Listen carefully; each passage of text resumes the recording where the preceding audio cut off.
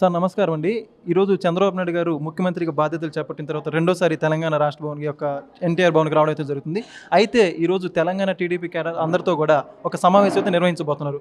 ఈ సమావేశంలో ఏ ఏ అంశాలు సమావేశంలోకి రాబోతున్నాయని అనుకోవచ్చు? ఫస్ట్ తెలంగాణలో తెలుగుదేశం పార్టీ బలపడేందుకు వస్తుంది బాబు గారు. తెలంగాణలో తెలుగుదేశం పార్టీ 100% రాబోయే రోజుల్లో అధికారంలోకి వస్తుంది. చంద్రబాబు నాయుడు ఇప్పుడు ఎందుకు వస్తుందంటే ఇక్కడ సమస్యలు, కార్యకర్తల సమస్యలు తెలుసుకునేందుకు వస్తుంది చంద్రబాబు నాయుడు గారు.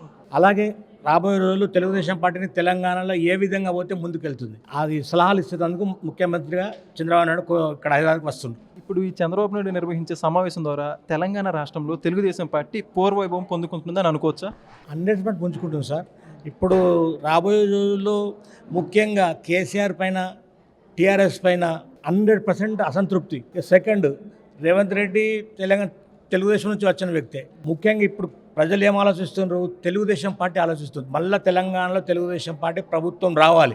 వస్తే రాబోయే రోజుల్లో ఎంతో మందికి ఉద్యోగాలు, ఎన్నో సంక్షేమ కార్యక్రమాలు అవన్నీ ప్రజలు ఆలోచిస్తున్నారు. మళ్ళీ తెలుగుదేశం 100% తెలుగుదేశం ప్రభుత్వం వస్తుంది తెలంగాణలో. ఇప్పుడు ఈ నిర్వహించబోయే సమావేశంలో తెలంగాణ సంబంధించిన అధ్యక్షులు కావచ్చు, తెలంగాణ కార్యనిర్వాహకులు మొత్తం కూడా దాని మీద ఒక పేర్లు వెలువడే అవకాశం ఉందని కూడా అనుకుంటున్నారు. వీటన్నిటి ద్వారా తెలంగాణలో తెలుగుదేశం పార్టీకి మేలు జరిగే అవకాశం ఉంటుందా? 100% తెలంగాణ తెలుగుదేశం పార్టీ అధ్యక్షులు ఉంటేనే బాగుంటుంది కదండి. ఇప్పుడు అందుకోసం వస్తుంది బాబు గారు, అది కూడా ఆలోచిస్తున్నారు.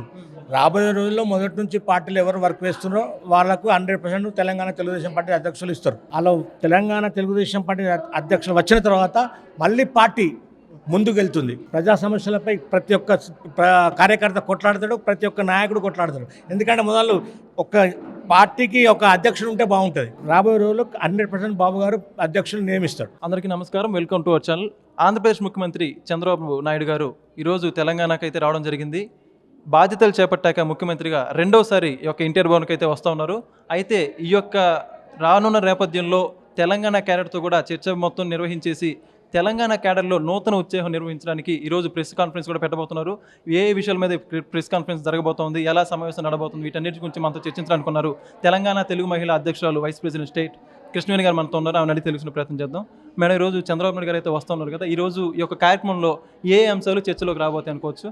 ఈరోజు మా జాతీయ అధ్యక్షుల వారు రెండోసారి ఆంధ్రప్రదేశ్ ముఖ్యమంత్రి అయిన తర్వాత పార్టీ ఆఫీస్కి రాబోతున్నారు, తెలంగాణ ఎన్టీఆర్ ట్రస్ట్ భవన్కి. అదేవిధంగా పార్టీ సంస్థాగత వ్యవహారాల మీద చర్చ ఉంటుంది, పార్టీ బలోపేతం, అదేవిధంగా పార్టీలోని అధ్యక్ష నియామకాలు, తదుపరి సభ్యత్వ నమోదు దానికి చర్చ ఉంటుంది. దాని తర్వాత పార్టీని జిల్లాలోకెల్లా ఏ విధంగా అయితే బలోపేతం చేయాలో కమిటీలు, వాటి మీద చర్చ జరగబోతుంది. అది ఏంటి అనేది కూడా మేమందరం కూడా చాలా ఆసక్తికరంగానే ఎదురు చూస్తున్నాము. మాకు ఎవరో అధ్యక్షులు వచ్చినా కూడా ఇప్పుడు మళ్ళీ తెలంగాణలోనే తెలుగుదేశం పార్టీకి మంచి పట్టు వస్తుంది. ఎట్లాగో ప్రత్యర్థి పార్టీ బీఆర్ఎస్ ఎట్లయినా మొత్తం అంతా ఇదైపోయింది, దాని గురించి మనం మాట్లాడుకునే చర్చ కూడా లేదు. కాబట్టి మా పార్టీ అందరూ ప్రజల గుండెల్లో ఉన్న పార్టీ కాబట్టి మాకు ఎప్పటికి కూడా ప్రజలు ఎప్పుడు మమ్మల్ని ఆశీర్వదిస్తారు. మాకు సరైన నాయకత్వం ఉంటే మళ్ళీ మా పార్టీ మళ్ళీ అధికారంలోకి వచ్చే ఛాన్స్ కూడా మాకుంది. ఆయుధతోటే మీ అందరం కూడా పట్టుబదల విక్రమార్కులాగా ఎప్పుడు పార్టీ కోసం కృషి చేస్తూనే ఉంటాము. ఏ కార్యక్రమం పార్టీ ఇచ్చినా కూడా మేము తూచి తప్పకుండా కార్యక్రమాలుగా నిర్వహిస్తుంటాం. చంద్రబాబు గారు మొన్న ఒక వ్యాఖ్య చేయడం జరిగింది, తెలంగాణలో కూడా పూర్తిగా రాజకీయాల మీద దృష్టి సారిస్తాం, తెలంగాణలో కూడా పార్టీ పునర్వైభవానికి దృష్టి సారిస్తామని చెప్తున్నారు. దానికి ఇది ఒక నాంది పలుకుతుందని చెప్పుకోవచ్చు ఈ మీటింగ్ ద్వారా? ఈ ఒక మీటింగ్ ద్వారా అన్నిటికీ కూడా నాంది ఉంటుందండి. ఖచ్చితంగా ఎవరైతే అధికారంలో పార్టీ ఉన్నారో వాళ్ళందరికీ కూడా గుండెలో రైళ్లు పరిగెడతాయి. బాబు గారు ఖచ్చితంగా తెలంగాణ ఆయన మా ఆంధ్రప్రదేశ్ ముఖ్యమంత్రి కాకముందే మేము 2వ తారీఖున కలిసాము, 4వ తారీఖున లెక్కింపు ఉంది. ఆ రోజే చెప్పారు మనము ఖచ్చితంగా పార్టీని మళ్ళీ బలోపేతం చేద్దాము, ఎక్కడ వదిలిపెట్టేది లేదు. తెలంగాణలోనే పుట్టిందండి పార్టీ. ప్రతి ఒక్కరు ఏదో తెలియని వాళ్ళందరూ పిచ్చి పిచ్చిగా మాట్లాడతారు, కానీ తెలంగాణ గడ్డ మీద పుట్టింది తెలుగుదేశం పార్టీ. ఆంధ్ర పార్టీ అని ఒక రాజకీయ పార్టీ ముద్ర వేసింది మా మీద, అంతవరకే. కానీ మా పార్టీ ఇక్కడే పుట్టింది. సంస్థాగతంగా అది ఇక్కడి నుంచి మేము ఎక్కడికి పోము. అందుకనే నాయకులు ఎవరు లేకపోయినా కూడా క్యాడర్ మాత్రం ఎక్కడికి పోలేదు. కాబట్టి మా నాయకుడు మా పార్టీని ఇక్కడ వదిలిపెట్టే స్థితిలో లేరు. కాబట్టి అక్కడ ఆయన ఎంత బిజీ షెడ్యూల్ ఉందో మీ అందరికీ తెలిసిందే. అయినా కూడా ఇక్కడికి వచ్చి ఇక్కడ పార్టీ కూడా బలోపేతం చేయాలని చెప్పేసి మాకు ఈరోజు ఆయన టైం ఇచ్చి ఈరోజు మాకు వచ్చి మాకు బాబు గారు దిశానిర్దేశం చేయడానికి వస్తున్నారు. చివరిగా మేడం, నారా లోకేష్ గారు రెడ్ బుక్ అంటే ఆంధ్రప్రదేశ్లో అందరూ జగన్మోహన్ రెడ్డి గారు వీళ్ళందరూ కూడా భయపడుతున్నారు. ఆ రెడ్ బుక్ గురించి మీరేమంటారు ఇప్పుడు అధికారంలోకి వచ్చిన తర్వాత? రెడ్ బుక్ అంటే పార్టీలోని పెద్ద నాయకులు ఈవెన్ చంద్రబాబు నాయుడు గారు, లోకేష్ అన్న దగ్గర నుంచి చిన్న కార్యకర్త వరకు మహిళల్ని, మైనార్టీలని, బడుగు బలహీన వర్గాల్ని, వికలాంగులు ఎవరిని వదిలిపెట్టలేదండి. అప్పట్లో ఉన్న ముఖ్యమంత్రి గారు జగన్మోహన్ రెడ్డి గారు. మాకు సంస్కారం ఉంది కాబట్టి మేము గౌరవాన్ని సంబోధిస్తాము. ఎవరైతే ఏవేవి చేస్తున్నారో అన్న అందులోని రెడ్ బుక్లో రాసి పెట్టుకున్నారు. వాళ్ళకి ఖచ్చితంగా వణుకు పుట్టాలి. ఎందుకంటే పుడుతుంది కూడా. వాళ్ళు చేసిన అరాచకాలు ప్రజలందరూ చూశారు. ఇరు రాష్ట్రాలు, రెండు రాష్ట్రాల తెలుగు ప్రజలు చూస్తూనే ఉన్నారు.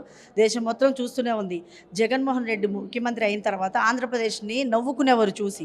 అమరావతి ఇప్పుడు రాజధాని లేని రాష్ట్రం అని అనేక విధాలుగా ఆయన తెచ్చిన పిచ్చి పిచ్చి ఇది కానీ ఆయన పాలన చూసి కానీ అందరు నవ్వుకునేవారు. ఇప్పుడు రెడ్ బుక్ చూసి దడ పుట్టడం కాదు, ఖచ్చితంగా జగన్మోహన్ రెడ్డికి ఒక భయం అయితే పట్టింది. కంపల్సరీ లోపలికి వెళ్ళిపోతాను నేను ఒక భయం పట్టింది.